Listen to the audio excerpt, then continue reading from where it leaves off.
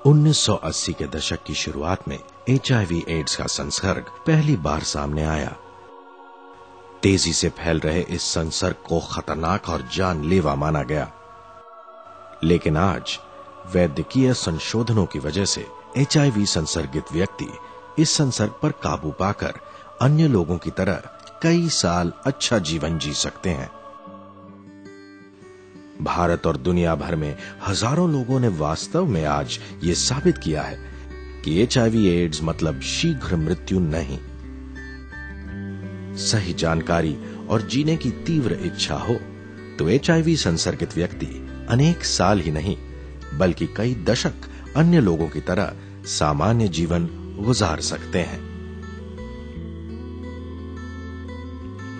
अब आप जो फिल्म देखने वाले हैं उसके द्वारा आपको योग्य जानकारी मिलेगी और अनुभवी चिकित्सक और विशेषज्ञ आपके साथ अपना ज्ञान बांटेंगे। इसके अलावा HIV संसर्गित व्यक्ति स्वयं अपने अनुभव बयां करेंगे और इस संसर्ग पर काबू पाकर परिपूर्ण जीवन जीने के तरीके वे खुद दिखाएंगे। मैंने HIV लोगों के मरने के बारे में सुना था। उन्हीं की तरह मेरी भी हालत होगी ऐसा मुझे लगता था। कमजोर हो ये सोचना ही नहीं मुझे। अब सिर्फ अच्छा जीवन जीना है बस। अब मुझे कोई टेंशन नहीं है। जो दिन आता है वो मैं हंसी खुशी गुजारती हूँ। आगे की चिंता नहीं करती।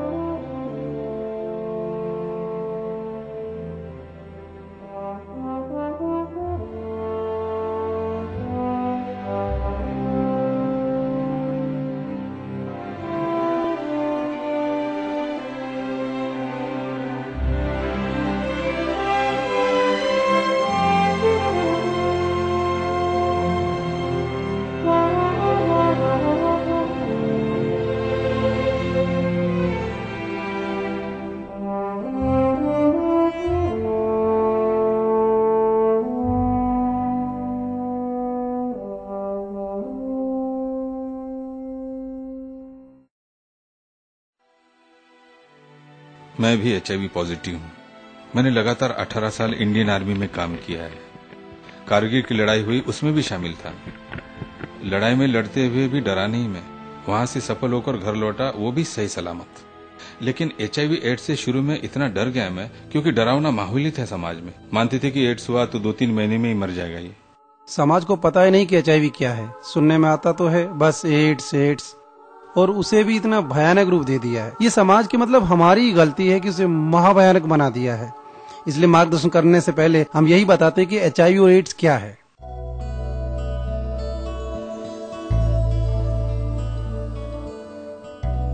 HIV मतलब ह्यूमन इम्यूनो डेफिशिएंसी वायरस। ये सिर्फ मानव जाति को होता है। इम्यूनो डेफिशिएंसी मतलब ये प्रतिकार शक्ति को कमजोर करता है, और वायरस यानी विषाणु जो कि बहुत ही छोटा है। ये जो HIV का विषाणु है, ये हमारे शरीर में प्रवेश करने के बाद पहली चीज क्या करता है? हमारी श्वेत रक्त पेशियों पर हमला करता है।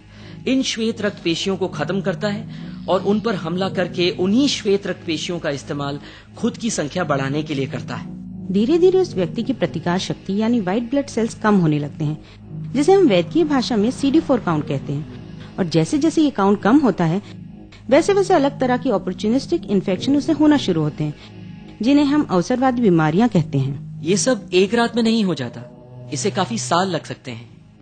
उस स्टेज तक आते आते हमें कम से कम 7 से 11 साल लग जाते हैं। ये इंसान की रोग प्रतिकार शक्ति और आसपास के माहौल पर निर्भर करता है।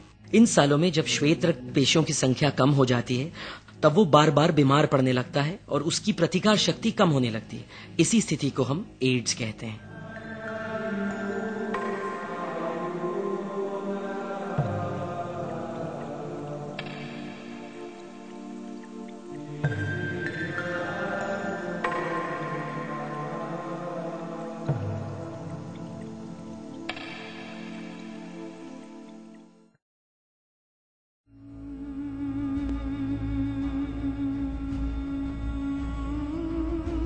HIV का जो विषाणु है वो मुख्यतः 4 मार्गों से फैलता है। उनमें से भारत में जो ज्यादातर दिखाई देता है वो है HIV पॉजिटिव व्यक्ति के साथ असुरक्षित शारीरिक संबंध। दूसरा जो कारण है वो है दूषित खून द्वारा। तीसरा कारण है दूषित सुई सिरिंज और चौथा कारण है HIV संसर्गित माता पिता से उनके बच्चों को।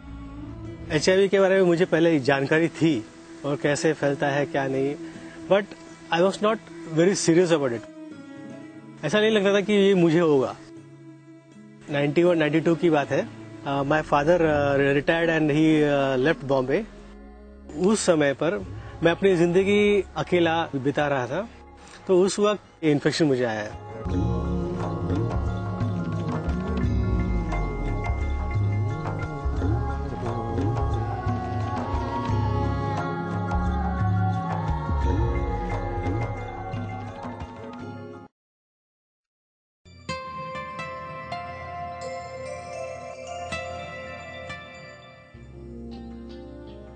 HIV और एड्स में वैसे देखा जाए तो बहुत बड़ा फर्क है। कोई व्यक्ति HIV पॉजिटिव है ऐसा हम तब कहते हैं जब उसके खून में HIV का विषाणु मिला है, यही इसका मतलब होता है। एड्स हुआ है ये हम तब कहते हैं जब उस व्यक्ति का CD4 काउंट कम होकर उस पर तरह तरह की अवसरवादी बीमारियां हमला करने लगती हैं। HIV और एड्स में फर्क को स्पष्ट करने के लिए हम एक आसान सा उदाहरण लेते हैं। जैसे एक चोर है और उसे एक घर में चोरी करनी है। चोरी करने के लिए वो क्या क्या करेगा? वो ताला तोड़ेगा, घर में प्रवेश करेगा, कोई जाग रहा हो, प्रतिरोध करने वाला हो तो उसका इंतजाम करेगा और उसके बाद जो कुछ चुराना है उसे चुरा के भाग जाएगा। चोर घर में आया, इतना कुछ करके भाग गया, तब जाकर हम कहते हैं कि इस घर में चोरी हुई। और मान लो चोर के घर में घुसते ही लोग सतर्क हो जाते हैं तो क्या होगा? ये सारे लोग एक होकर उस चोर को पकड़ लेंगे और वो आगे कुछ नहीं कर पाएगा। फिर ऐसे में हम ये कहेंगे कि हमारे घर में चोर घुसा था लेकिन चोरी हुई नहीं। बिल्कुल यही फर्क है HIV के विषाणु से संसर्गित होने में और एड्स होने में। जिस तरह चोर एक बार घर में घुसा लेकिन हमने उसे चोरी करने नहीं दी, उसी तरह ये विषाणु हमारे शरीर में घुसा है लेकिन उसे अब तक हमने चोरी करने नहीं दी। इस स्थिति में अगर हम कुछ निर्धारित दवाइयां लेते हैं तो अपने शरीर की श्वेत रक्त पेशियों को हम कम होने से रोक सकते हैं। 3 साल हुए मुझे, अब तक एक इंजेक्शन नहीं लिया मैंने। 6 साल हुआ इधर, मेरे को अभी तक कोई इन्फेक्शन नहीं हुआ है। आज मैं 8 साल से पॉजिटिव हूँ लेकिन मुझे एड्स नहीं है, मैं सिर्फ HIV पॉजिटिव हूँ। मुझे मालूम नहीं था कि HIV और एड्स में फर्क है। मुझे यही लगता था कि मैं मरने वाली हूँ, लेकिन हमारे यहाँ के डॉक्टर ने कहा कि तुम जाकर वेस्टर्न ब्लड टेस्ट कर लो। तब वो टेस्ट करने के लिए मैं ब्लड बैंक में गई। वहाँ जो पोस्टर्स थे वो मैंने पढ़े कि HIV और एड्स में फर्क है। तब मुझे पता चला कि मुझे अभी एड्स नहीं है, मुझे एड्स होने में बहुत वक्त है।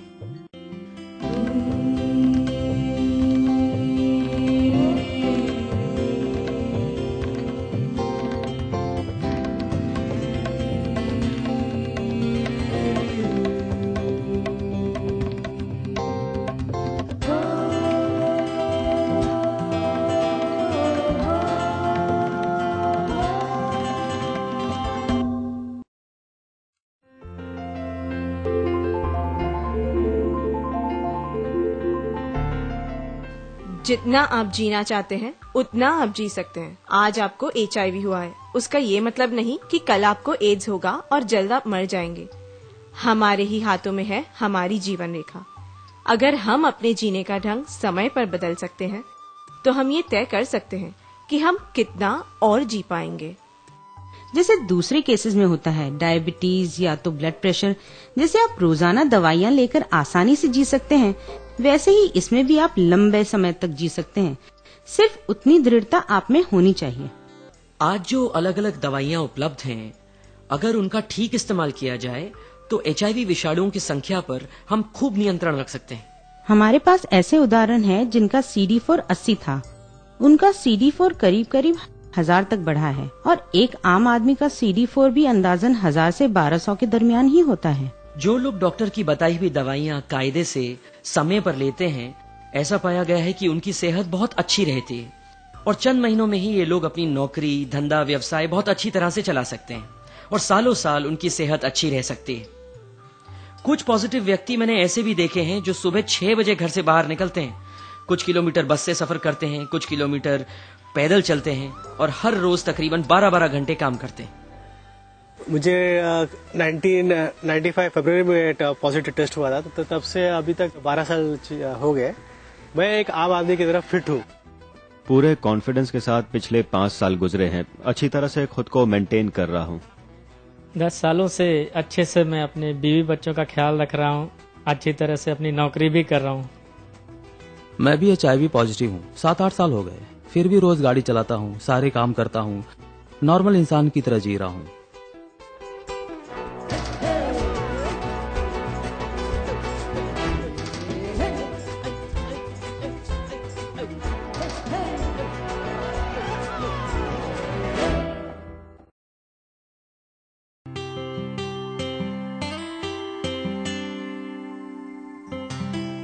हमारे शरीर में अगर विषाणु प्रवेश करते हैं तो उनसे लड़ने के लिए श्वेतरक्त पेशियां होती हैं। इन श्वेतरक्त पेशियों में जो CD4 पेशियां होती हैं उनसे और श्वेत पेशियों की निर्मित होती है। एक साधारण सी बात है कि तुम्हारे बच्चे को अगर बुखार होता है तो तुम क्या करते हो? थर्मोमीटर लगाते हो। वैसे ही CD4 की खून के अंदर की संख्या डॉक्टर के लिए अंदाज दिखाने वाला थर्मोमीटर है। उससे पता चलता है कि रोग प्रतिकार शक्ति कितनी मजबूत है, कितनी अच्छी है। और इसीलिए कुछ अलग अलग जांच की जरूरत होती है। ये जांच मुख्यतः 2 तरह की होती है। नंबर 1, शरीर में स्थित श्वेत रक्त पेशियों की संख्या या जिसे CD4 कहते हैं, उनकी जांच करना। और नंबर 2, शरीर में स्थित HIV वायरस की संख्या को जांचना। अब इन दोनों टेस्ट में से महत्वपूर्ण है CD4। अगर CD4 पेशियों की संख्या 500 से ऊपर हुई तो फिर चिंता की कोई बात नहीं। 350 से कम हुई तो सोचना पड़ता है कि इन्हें विषाणु खत्म करने की दवा देनी चाहिए या नहीं। और अगर 200 से नीचे गई तो फिर बार बार अवसरवादी बीमारियों के संसर्ग होते रहते हैं। CD4 test viral load test से सस्ता है। काफी सारी मशीन्स ऐसी है कि उनमें हम 300 रुपए में CD4 की जांच करा सकते हैं। साल में 2 बार अगर हम CD4 की जांच कराएं तो बहुत है, और वायरल लोड टेस्ट वो साल में 2 बार या 1 बार। यहाँ सवाल पैसों का नहीं है, यहाँ प्रश्न है कि इस जांच का इस्तेमाल किस तरह से किया जाए। एक तो सिर्फ CD4 या वायरल लोड टेस्ट से हमें कुछ पता नहीं चलने वाला। CD4, CD8 पेशी कम होने के बावजूद कुछ लक्षण न होने की वजह से पॉजिटिव पर्सन बिल्कुल एसिम्प्टोमेटिक होता है, यानी कोई तकलीफ नहीं होती। इसलिए जरूरी है कि दोनों टेस्ट का साथ में विश्लेषण किया जाए। मतलब जो लैब के टेस्ट है और आपके लक्षण है वे डॉक्टर को साथ में देखने चाहिए। ये बहुत जरूरी है कि CD4, CD8 और वायरल लोड टेस्ट सिर्फ डॉक्टर्स की निगरानी में की जाए, ताकि डॉक्टर ये तय कर सके कि ये टेस्ट कितने महीनों बाद दोबारा करना चाहिए।